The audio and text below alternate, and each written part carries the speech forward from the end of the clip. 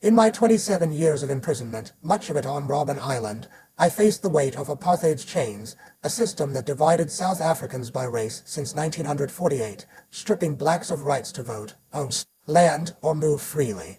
This story, Beyond the Robben Island Walls, Mandela's Inner World, is a journey into my heart and mind during those years, a single tale of how I found strength, hope, and purpose in the confines of a cell. It's told so you can feel the human struggle and resilience that kept me going, connecting you to the quiet battles fought within. I arrived on Robben Island in 1964, at age 45, sentenced to life for sabotage against apartheid's cruel laws. The island, a rocky outcrop off Cape Town's coast, was cold and harsh, its limestone quarry blinding under the sun. My cell was a 7 by 8 foot square bare concrete, a thin mat, a bucket for a toilet. The walls seemed to close in, but I refused to let them cage my spirit. From the start, I decided to make my inner world a place of freedom, a sanctuary where apartheid could not reach.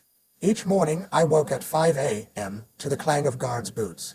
We were marched to the quarry where we broke rocks for iron, the dust stinging our eyes. The physical pain was real, but I turned inward to survive.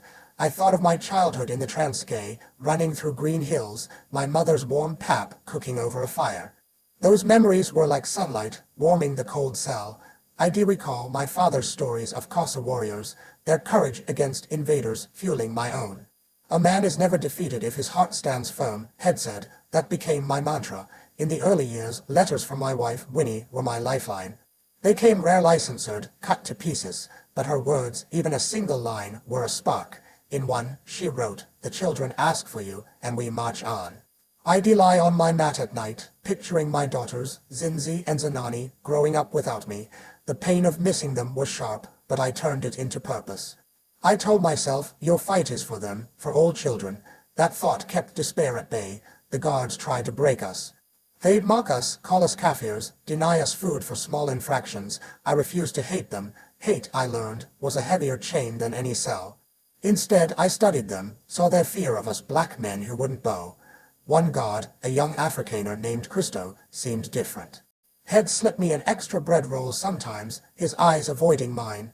In my mind, I spoke to him, imagining a day we'd talk as equals.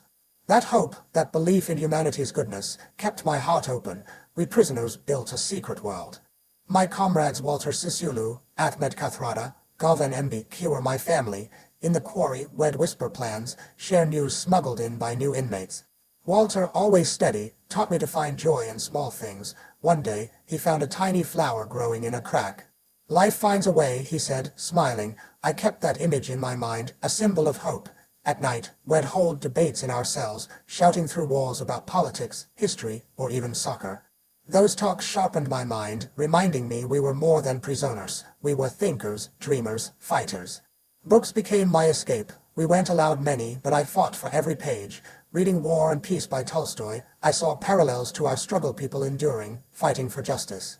I'd read slowly, savoring each word, letting my mind travel to Russia's snowy fields while my body stayed in that cell. Writing, too, was a refuge. I kept a secret journal, scratching thoughts on scraps, hiding them in my mattress. Freedom lives in the mind first, I wrote once, a truth that anchored me. The hardest moments came when news of the outside world trickled in. In 1976, I heard of the Soweto Uprising, where students were killed protesting Afrikaans in schools. My heart broke for those children, but their courage lit a fire in me. I imagined their faces, their chants of Mandela. Echoing in my cell, I whispered back, power to the people, vowing to endure for them. When my mother died in 1968, and I couldn't attend her funeral, I sat alone, picturing her gentle smile. I mourned by promising to make her proud, to fight for the world she believed in. Faith kept me grounded. I wasn't deeply religious, but I drew on Xhosa traditions and Christian lessons from my youth. I did pray silently, not for escape, but for strength to stay human. I thought of the ANC Freedom Charter, its dream of equality, and saw it as a prayer for our nation. That vision of a South Africa where all could live free became my inner compass, guiding me through despair. By 1982, when I was moved to Pollsmoor, my inner world was strong. I learned to find joy in routinely my self-lore, sharing a smuggled orange with comrades. In 1988, at Victor Verster prison, I started talks with the government, my mentor's voices in my mind, Walter's calm, Lillian Ngoyi's fire, my father's fairness. When I walked free in 1990, that inner world carried me forward, shaping my work as president in 1994 to build schools, homes, and unity. My time on Robben Island wasn't just about walls. It was about the world I built inside. Memories, comrades, books, and hope kept me free in my heart. Those unseen mentors me family, my people. Even the land itself taught me that no prison can break a spirit that refuses to bend. If you face hardship, build your own inner world, find your light, and keep fighting. Power to the people.